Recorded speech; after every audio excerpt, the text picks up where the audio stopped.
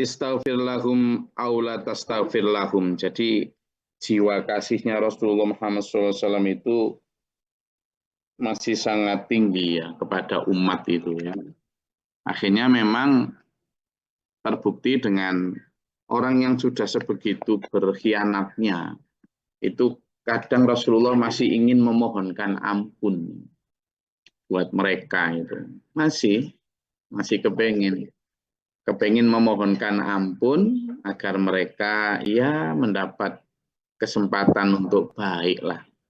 Optimisme Rasulullah plus jiwa kasihnya itu luar biasa. Ditambah lagi endurance dan kegigihan beliau ya, di dalam mencoba untuk menyadarkan umat. Lawang Umar bin Khattab yang sudah jelas-jelas nemen permusuhannya terhadap Islam aja masih didoakan sama Rasulullah. Khalid bin Walid yang membunuh sekian banyak orang Muslim, memimpin pasukan kafir mengalahkan Rasulullah di perang Uhud masih didoakan. Dan munafik yang ada di kalangan Rasulullah yang Muslim tapi tergolong munafik, tetap Rasul kadang ingin mendoakan. Makanya Allah kemudian berfirman ini, istaghfir lahum aula tastaghfir lahum. Artinya kalimat selanjutnya adalah sawaun. Sawaun apa? Sama saja. Sama saja Muhammad. Kamu mau mohonkan ampun atau enggak kamu mohonkan ampun, podo wae. Gitu ya. Allah kenapa? Ya sama saja. Jadi, kenapa? Karena intastaghfir lahum sab'ina marratan. Bahkan seandainya kamu mohonkan ampun 70 kali loh sehari. Misalnya gitu. Kata Allah, fala yaghfirallahu lahum. Allah tidak akan mengampuni mereka. Lah ini ada istilah Jawa itu godhong limo merangi teles. Aku trimo pangeran sing bales. Ngerti maksudnya? Yang dari Fokus ngerti maksudnya itu? Pak Najrudin ngerti Pak Najrudin artinya? Pak Suebi? Izin gue enggak ngerti. Itu godhong limo merangi teles. Aku trimo Gusti Allah sing bales. Itu maksudnya gini. Aku ini terima kamu hina, kamu sakiti, enggak apa-apa. Tapi Allah yang akan enggak terima itu, gitu loh, yang akan membalas. Jadi di ayat ini jelas itu. Intastaghfir lahum sab'ina marratan. Jikapun kamu mintakan ampun 70 kali karena kamu rela dihina, dikhianati, tapi Allah yang enggak, gitu kan gitu. Ini karena sudah terlalu. Benar itu. Jadi makanya itu ditiru itu oleh Vladimir Putin. Vladimir Putin itu ditanya seorang wartawan, apakah kamu bisa memaafkan orang?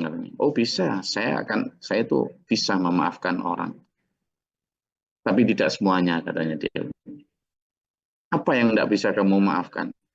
Pengkhianatan katanya. Nah orang-orang munafik ini di kalangan Rasulullah itu berkhianat. Ya. Artinya dia di satu sisi seolah-olah ya syahadat, ya sholat, ya puasa, mungkin zakat, ya haji. Tapi di sisi lain itu di belakang itu nikam gitu loh. Malah ngolok-ngolok mereka yang berjuang kayak kemarin misalnya di ayat sebelumnya orang-orang yang la yajiduna illa juhdahum. Kan ada itu kemarin ayat sebelumnya itu.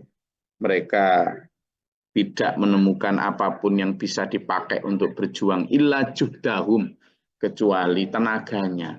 Itu kan berarti dia kere ya, fakir, tidak punya duit untuk bersedekah ketika misalnya ada bangun masjid, ada bangun sekolahan, kemudian ada yang bisa bantu sekian juta lah dia tidak punya. Dan dia bisanya ya bisa nguruk, bisa ikut bantu ngaduk lulo, apa sih lulo itu bahasa Indonesianya lulo itu apa sih? Apa bahasa Indonesianya lulo itu? Lulo itu adaan semen pasir itu loh, apa namanya? Luluh tadi Gus. Nah itu makanya lolo. Lolo itu apa masa bahasa Indonesia, Bu ya? Adonan Gus. semen. Ya, Semen. adonan kan ya bisa ya adonan semen lah, tapi adonan kan ya bisa adonan roti, adonan macam-macam. Ya enggak apa-apa lah. Jadi dia bisanya cuma bisa mengaduk semen gitu. Tenaganya. Nah, kadang sebagian dari orang itu menghina itu, memicingkan mata seolah-olah derajatnya rendah. Padahal di mata Allah tidak sama saja. Kamu bi amwalihim dengan hartamu, wa angfusihim dan dengan jiwamu atau tenagamu. Di mata Allah tetap sama derajatnya. Karena yang terpenting adalah apa yang kualitas keikhlasan dan kesungguhannya. Nah ini, maka orang-orang seperti itu kan sebenarnya menyakiti Rasulullah, menyakiti Allah. Dzalika bi'annahum, kenapa tidak diampuni? Ya karena mereka itu artinya kafaru billahi wa rasulihi, telah ingkar kepada Allah dan Rasulnya. Makanya wallahu la yahdil qaumal fasiqin. Allah tidak memberi petunjuk kepada orang-orang yang fasik. Fasik itu apa? Ya orang muslim yang ibadahnya rusak. Ibadahnya itu dia sholat tapi hancur karena ria. Dia sedekah hancur karena diungkit-ungkit, karena terpaksa. Kemarin itu sholatnya ya karena ria, sehingga dorongannya meskipun malas tetap berangkat, tapi dorongannya karena ria. Sedekah juga gitu, aslinya dia pelit, tapi karena sungkan sama nggak enak sama orang, dia tetap sedekah tapi sambil gerundel. Wahum karihun katanya di situ. Ya kan? Mereka bersedekah tapi dengan karihun, mereka sholat tapi dengan usala. Nah, yang semikian ini yang ayo hati-hati. Farihal mukhallafuna bima qa'adihim khilafa Rasulillahi wa karihu ayyujahidu bi amwalihim wa anfusihim fi sabilillah. Mereka ketika Rasulullah sudah berangkat, dan memang ada beberapa peperangan ya, terutama di peperangan Tabuk itu pas waktu itu perang, memang perang apa ya? Perang yang sangat menguji keimanan. Kenapa? Karena di waktu itu pertama musim paceklik, sehingga nggak banyak orang yang punya logistik perbekalan. Yang kedua, pas paceklik itu sebentar lagi itu mau panen itu. Jadi mungkin sekitar sepekan atau 2 pekan lagi itu mau panen. Lalu harus berangkat perang. Ketiga, perang itu dalam musim cuaca panas. Disebut haron itu. Panas. Orang Arab itu sudah terbiasa panas, tapi itu pas musim panas, jadi panasnya berlipat-lipat. Keempat, perjalanannya jauh.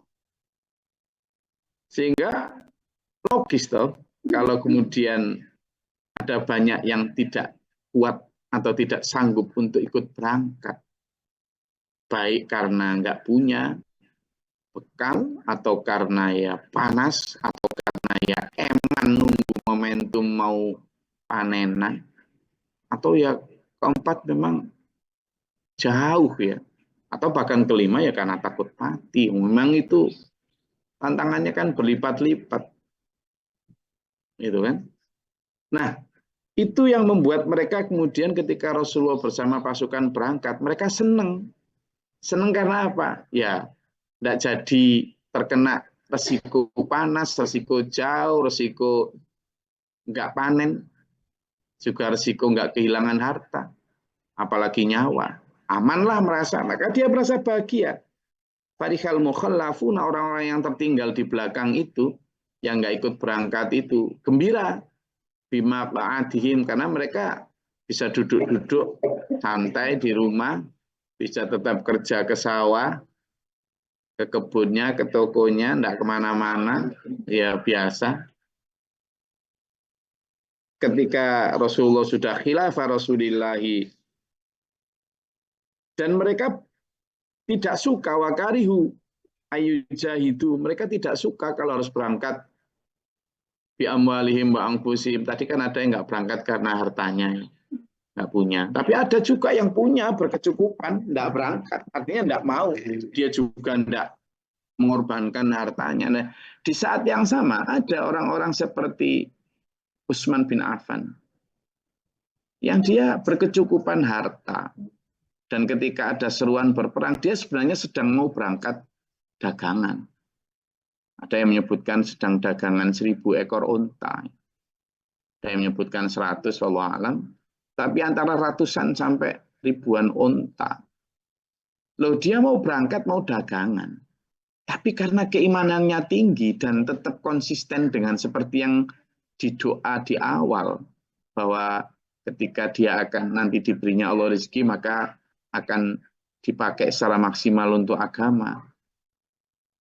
Konsisten Utsman bin Affan, begitu besoknya mau berangkat dagang, malam ini ada seruan perang, di samping beliau langsung ikut berangkat perang, hartanya itu loh disedekahkan untuk logistik perang. Silakan dibagi 100 atau 1000 ekor untanya itu untuk kendaraan pasukan tempur. Loh, gitu loh.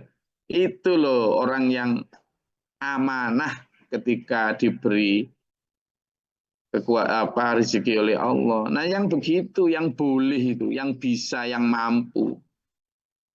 Itu. Tapi banyak juga di antara mereka kaum muslimin yang juga tidak kalah punya dibanding Utsman bin Affan, tapi ya tidak mau, awang-awangan. Nah, itu yang kemudian kemarin dicap di dalam ayat 65 dan 66 itu. 66 kan kemarin dicap itu. Mereka ayat bukan 65 ya, berapa kemarin? 75 itu ya. Bahwa mereka kemudian tidak mau untuk menyedekahkan itu. Tidak mau. Nah, jadi apa yang di doa dia itu tidak sesuai dengan apa yang dijanjikan olehnya ya.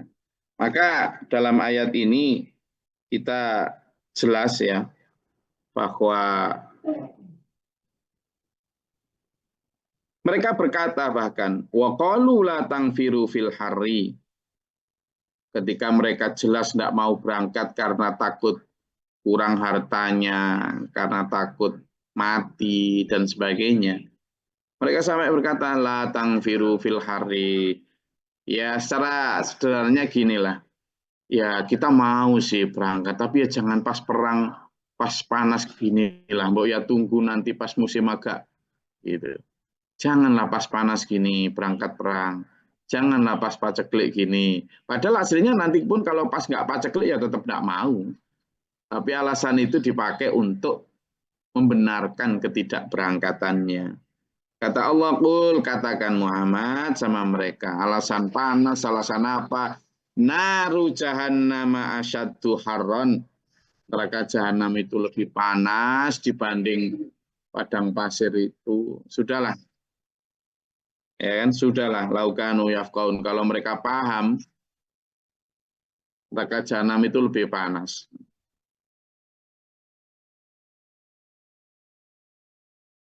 Ya. Jadi kata Allah, falyadhaku qalilan wal yabku katsiran, maka biarkanlah mereka tertawa di dunia, tertawa-tawa. Itu sebenarnya tertawa sebanyak apapun mereka ya tetap aja itu hanya sedikit dibanding apa? Dibanding wal yabku katsiran, karena mereka ketika tertawa sebanyak apapun di dunia, tertawa itu tetap ternilai sedikit dibanding bahwa nanti mereka akan tangisnya banyak di akhirat. Itu maknanya begitu. Kamu mau tertawa-tawa sebahagia apapun karena nggak ikut berjihad, karena nggak kelong hartamu, karena nggak beset kulitmu, karena nggak lelah keringatmu, karena kamu lebih memilih zona aman dan zona nyaman, itu loh masih semuanya ternilai sedikit. Dibanding apa? Dibanding kamu dengan tidak ikut berangkat jihad, kamu akan banyak nangis di akhirat nanti. Nah itulah saudara. Makanya ada perintah Nabi itu begini. Falyabku kathiron, falyadhaku qalilan, falyabku kathiron. Itu apa? Kamu itu, mbok, tertawamu itu dikurangi sedikit aja di dunia itu. Ya bolehlah senang-senang menikmati dunia. Tapi sedikit aja, jangan terlalu diumbar banyak. Karena kalau kamu begitu, nanti di akhirat nangismu yang banyak. Maka kata Nabi, nggak apa-apa menikmati dunia, tapi sekedarnya saja. Malah tangismu lah perbanyak. Tangis apa? Pertama tangis syukur. Tangismu perbanyak di dunia ini. Supaya apa? Supaya nanti di akhirat tangisnya sedikit, tertawanya yang banyak. Tangis di dunia yang banyak itu gimana? Tangis tobat, tangis syukur. Itu tangis karena mengagumi keagungan Allah. Jangan banyak ketawa ketiwi. Jangan terlalu alhaakumut takatsur, bermegah-megahan kamu sampai melalaikan kamu. Jangan, kalah kan gitu. Nah, cuma kebanyakan manusia tidak mau diingatkan gitu. Mereka baru sadar hatta zurtumul maqabir. Ketika mereka sudah masuk kubur baru sadar. Nah itu jangan begitu. Makanya Rasulullah SAW pernah bersabda gini, telur. Apalin ya. Kata Rasulullah gini, Bismillahirrahmanirrahim. Lau ta'lamu ma'a'lamu la dhahiktum qalilan wala bakaitum katsira. Kalau seandainya lau ta'lamu, kamu mengetahui ma'a'lamu, apa yang aku ketahui, maka la dhahiktum, kamu itu akan tertawa itu qalilan, sedikit. Wala bakaitum, dan kamu akan menangis kathiron, banyak. Karena Rasulullah tahu betapa umatnya itu tidak sadar bahwa ancaman Dajjal itu begitu tinggi. Dan tidak sadar bahwa kalau terbawa arus Dajjal itu akan ke neraka. Makanya kan waktu Rasulullah Isra Mi'raj diperlihatkan Nabi Adam, ya kan, yang menoleh ke kanan tersenyum, menoleh ke kiri nangis. Ketika ditanya, kenapa ya? Karena Nabi Adam melihat anak cucunya ketika menoleh ke kanan, ke kiri, itu banyak yang di neraka. Ketika menoleh ke kanan agak terhibur, meskipun ada sedikit anak cucunya yang di surga. Nah itu. Jadi itu sudah menjadi keniscayaan hukum alam, dulur, bahwa memang dunia ini bukan tempat untuk menikmati. Dunia ini tempat untuk mencari bekal, untuk diuji, bukan untuk menikmati. Makanya jazaa'an bima kanu yaksibun, bagaimanapun juga mereka itu adalah yang mereka lakukan itu, yang mereka dapatkan karena perilaku mereka sendiri. Jadi gitu, faliyadhaku qalilan wal yabku katsiran. Maka silahkan mereka tertawa, ya kan? Tapi ya sebaiknya memang zaman tertawa itu sedikit saja dan menangislah yang banyak di dunia ini, supaya nanti di akhirat tertawanya banyak, tidak ada tangisnya, karena tangisnya sudah dihabiskan di dunia. Bahkan ada satu riwayat itu nanti di akhirat itu orang itu tenggelam dalam tangis. Saking banyaknya air mata yang keluar, sampai yang keluar akhirnya air mata darah. Nah, supaya tidak begitu, ayo banyak menangis syukur, supaya menjadi orang hati yang mutmainnal qulub, dan ayo banyak tangis taubat, supaya bersih dosa kita sebelum meninggal, sehingga wafat husnul khotimah. Oke, monggo. Silakan kalau ada yang mau disampaikan, ditanyakan atau dinyatakan, silakan.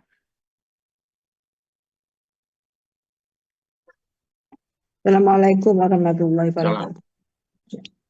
Ini berkaitan dengan ayat ini, Gus. Ini memang jujur aja pembahasan dari tafsir itu satu sangat terkesan dengan surat Al-A'raf pertama yang baru saya ikuti. Ada beberapa surat tuh Al-A'raf itu berkesan sekali karena bagaimana kita bisa mengasah tauhid dan akidah kita.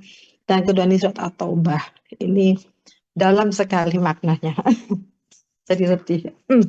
Ini yang ingin saya tanyakan, Gus. Berkaitan dengan ayat ini. Bagaimana bila ada orang-orang munafik di lingkaran kita seperti keluarga atau saudara, ya kita bila sudah mencoba mengingatkan malah ganti memfitnah dan mencap sebagai anak durhaka, keluarga saudara durhaka, sehingga keluarga yang lain pun termakan dengan fitnah tersebut, ya. Sehingga apakah kita tetap mendoakan mereka atau kita menjauhi mereka? Itu yang pertama. Lalu yang kedua, apakah bisa diibaratkan orang-orang munafik itu seperti musuh dalam selimut bagi sesama muslim? Itu, terima kasih Gus penjelasannya. Assalamualaikum. Ya, jadi ketika kita berdakwah itu memang akan ada ujian. Ketika kita teguh pada pendirian dalam syariat, menjalankan perintah Allah, meninggalkan larangan Allah, itu pasti akan diuji Allah dengan hartamu, dengan jiwamu. Dan nanti pada saat seperti itu, kita akan mendengar itu kalimat-kalimat yang menyakitkan hati, yang ya tidak suka lah. Tapi ya tetap aja kamu bersabar, habis itu. Karena itu memang kata Allah bersabar terhadap ucapan-ucapan yang begitu itu, kata Allah disebut sebagai min azmil umur, termasuk hal-hal atau urusan yang mulia yang patut dijadikan panutan. Itu tetap, jadi kalau mampu ya tetap sabar senyum, kalau nggak mampu kata Allah fa'arid anhum, berpalinglah dari mereka. Jadi berlalulah sambil tetap ucapkan salam. Coba itu dibuka di surat Ali Imran. Di sana ada Bu Anissa, coba dibuka di surat Ali Imran ayat 186. Ali Imran ayat 186. Monggo. Ya. A'udzubillahi minasyaitonirrajim. Bismillahirrahmanirrahim. Ali Imran 186. Kamu pasti akan diuji dengan hartamu dan dirimu, dan pasti kamu akan mendengar banyak hal yang sangat menyakitkan hati dari orang-orang yang diberi kitab sebelum kamu dan dari orang-orang musyrik. Jika kamu bersabar dan bertakwa, maka sesungguhnya yang demikian itu termasuk urusan yang patut diutamakan. Shadaqallahul adzim. Ya, jelas kan? Jadi di situ kalau kamu mendengar, kamu pasti kata Allah, kamu pasti akan mendengar ucapan-ucapan yang tidak senang atau menyakitkan hati. Tapi terhadap yang begitu itu ya sudah sabar saja. Sabar saja, karena kalimat yang mereka ucapkan itu ya karena keluar dari kedengkian dan tidak ada kata lain kecuali itu. Lalu yang kedua, tentang apakah itu musuh, memang makanya munafik itu kan lebih berbahaya daripada orang kafir itu. Kenapa ya? Karena mereka pada lahirnya itu muslim. Makanya kemarin saya ajak sampean untuk semua untuk kembali menengok keislaman kita itu benar-benar Islam yang sudah berbuah iman ataukah Islam yang masih lahir. Yang paling bisa kita lihat diri kita sendiri, karena kita nggak mungkin bisa mendeteksi orang-orang munafik di sekitar kita ya. Dan memang kontraproduktif kalau kita melihat itu, tapi melihat diri kita dan mengajak orang lain boleh untuk mendeteksi. Ayolah kita lihat, jangan-jangan kita ini terlibat munafik gitu. Kita telusuri, karena memang jangan sampai kita yang akan menjadi musuh dalam selimut tadi. Dan satu-satunya jalannya banyak muhasabah, banyak mengevaluasi diri. Terus saya tidak punya tools yang cukup tajam untuk menganalisis ya, makanya ngaji kayak gini supaya kita bisa terbantu untuk menemukan penyakit-penyakit dalam diri kita. Lagi silakan. Izin Gus. Silakan Mbak Bakri. Berarti hukumnya di sini kita mendoakan orang munafik itu apa Gus ya? Dan satu lagi mungkin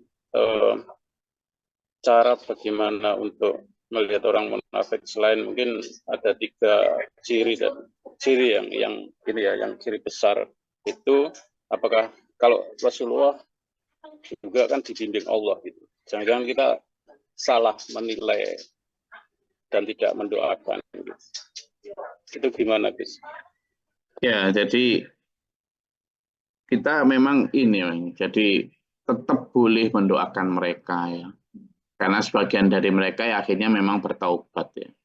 Tapi yang memang Allah ini sudah ini tuh karena buat mereka yang sudah disindir dengan ayat Quran apa, tapi ya tetap ngotot dan tidak mau bertaubat.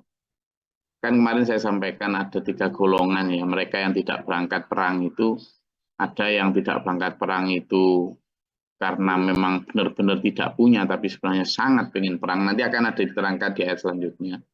Lalu ada yang tidak perang itu tanpa alasan, karena memang sebenarnya mereka mampu berperang, tapi kemudian mereka bertaubat betul-betul. Lalu taubatnya itu diterima sama Allah. Artinya kalau kita mendoakan mereka boleh, buktinya mereka benar-benar kemudian bertaubat. Ada nanti diceritakan juga di ayat selanjutnya tentang mereka yang bertobat. Ada 3 atau 4 orang itu yang akhirnya bertobat dan diterima tobatnya, yang tidak ikut perang tadi. Lalu ada yang ketiga modelnya, mereka ini tidak ikut berangkat perang, tapi yang nggak bertaubat, gitu, nggak bertaubat. Nah ini munafik yang banyak diceritakan di sini. Tapi ada yang keempat nih, mereka yang nggak berangkat perang, yang nggak bertaubat, lalu kemudian memprovokasi yang lain biar nggak berangkat. Seperti waqalu la tangfiru fil harri tadi itu. Nah ini yang kemudian oleh Allah itu benar-benar wis nggak usah dimintakan ampun, kamu nggak usah doain mereka gitu. Jadi tingkatan ini yang benar-benar mereka sudah disebut tadi musuh dalam selimut itu. Selain munafik, dia sudah hampir-hampir masuk ke batas menjadi murtad itu. Dan itu kebanyakan memang ada seperti itu. Nah, itu nanti akan dijelaskan Pak Syaful di ayat selanjutnya, bahkan ketika mati pun kita dilarang mendoakan mereka. Itu kaitannya itu, terutama ketika nanti sudah mati, itu tidak boleh dimintakan ampun oleh Rasulullah.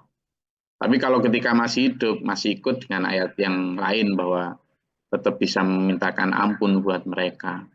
Karena bagaimanapun selama mereka masih hidup, kesempatan untuk baik tetap ada.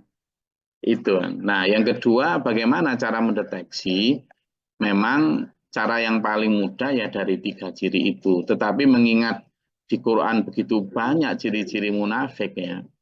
Mulai dari malas ketika sholat, dekahnya itu juga terpaksa. Ada juga kalimat lain di sana bahwa ciri munafik itu dalam hadis disebutkan kata-katanya itu menyakitkan hati.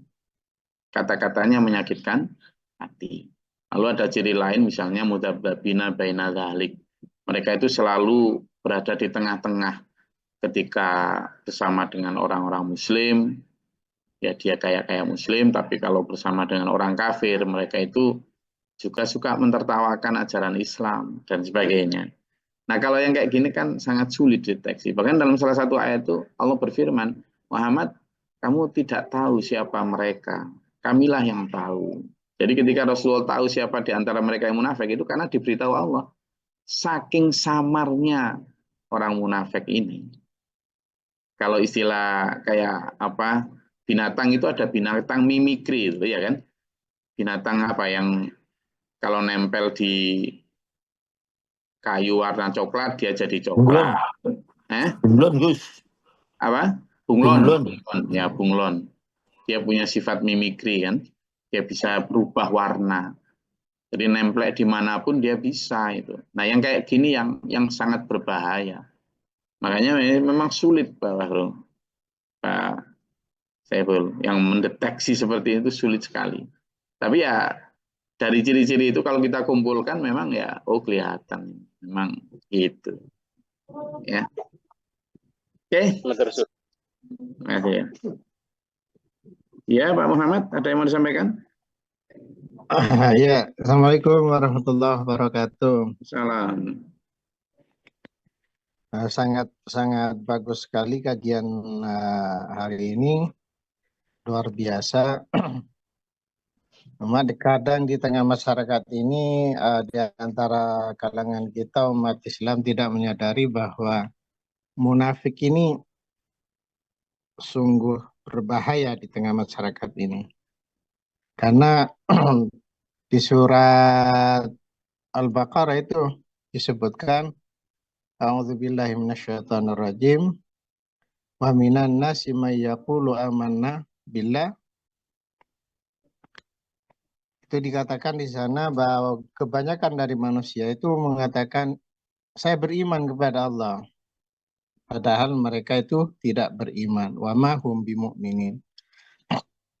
Jadi mereka ini seringkali mengatakan saya orang Islam. Kalau dikatakan kamu munafik, mereka sakit hati, marah. Padahal ciri khasnya di dalam Al-Quran kan jelas kan dikatakan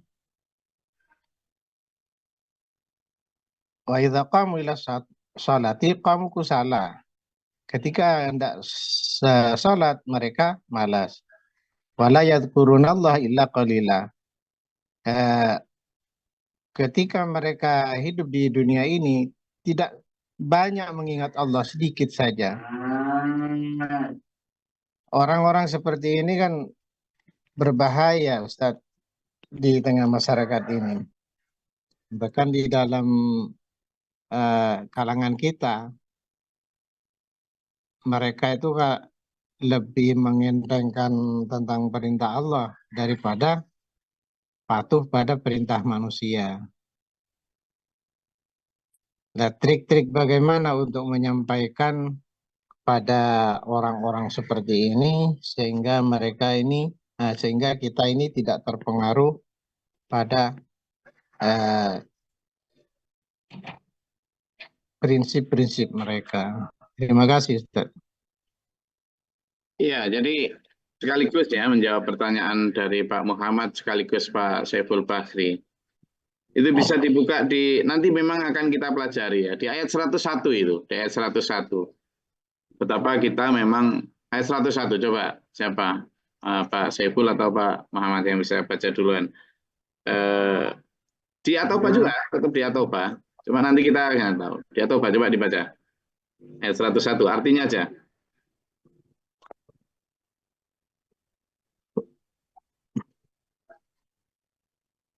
Siapa? Pak Saiful atau Pak Muhammad? Ayat 101. A'udzubillahi minasyaitonirrajim. Bismillahirrahmanirrahim.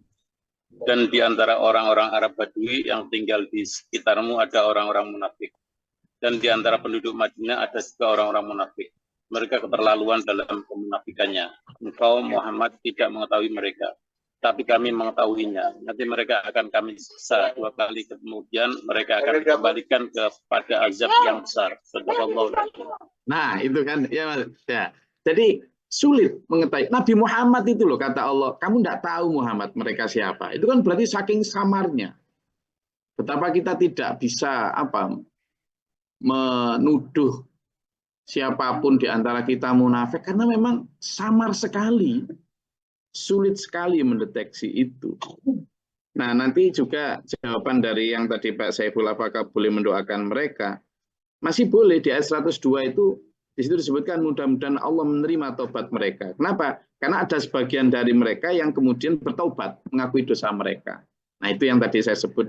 Nah, terkait itu bagaimana kata Pak Muhammad tadi, bagaimana caranya untuk mengingatkan kita? Tetap cara mengingatkan kita ya 3 hal itu, dengan lisan, dengan tindakan, dan dengan dukungan doa.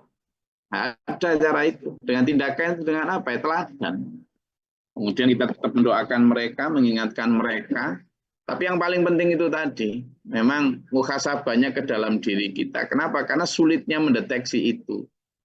Nah, supaya kita nanti tidak salah tuduh, Nabi Muhammad SAW saja itu, kata Allah, kamu tidak tahu loh Muhammad, mereka itu di antara kamu itu, siapa yang munafik. Karena memang pada lahirnya sangat sangat alim mungkin bisa jadi. Apalagi kalau kemudian dia sudah viral, terkenal menjadi ahli tafsir dan lain sebagainya, itu akan sangat sulit manusia untuk kemudian melihat apakah dia munafik atau enggak. Karena itu memang harus perlu hati-hati, terutama yang menjaga diri kita sendiri dari supaya tidak terlibat.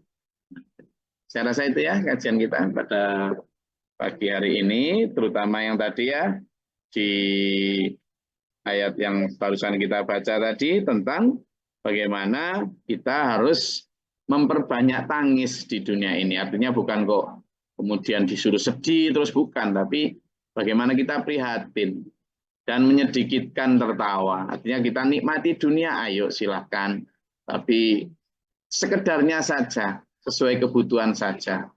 Jangan sampai kemudian sampai karena sesuai keinginan.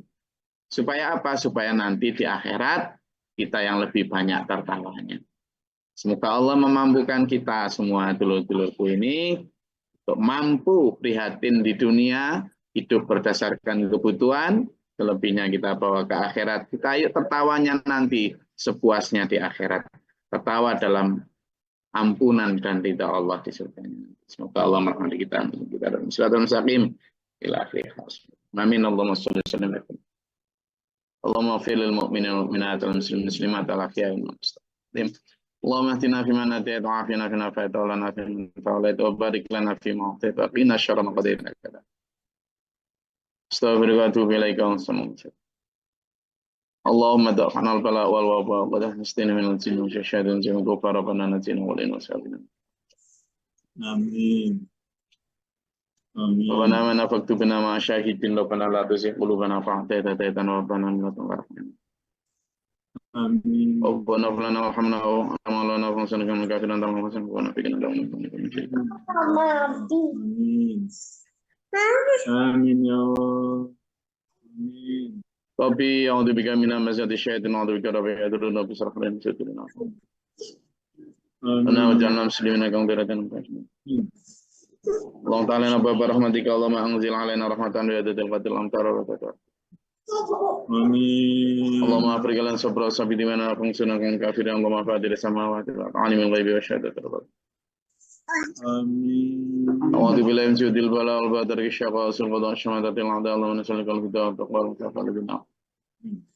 Allah Rabbana hab lana min azwajina wa dhurriyyatina qurrata a'yun waj'alna Amin. Amin. Amin. Amin. Amin. wa nara bi rabbil izzati amma yasifun salamun. Amin. Alhamdulillahirabbil alamin. Wassalamualaikum warahmatullahi wabarakatuh. Waalaikumsalam warahmatullahi wabarakatuh. Thank you, Gus. Allahumma rahamna bil Qur'an.